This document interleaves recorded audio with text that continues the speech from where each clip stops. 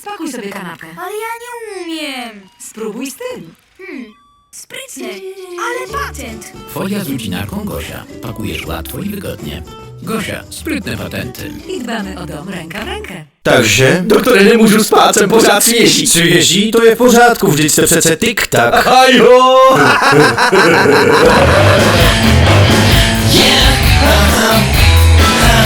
Tik-tak. Свежесть ve dvou slovech.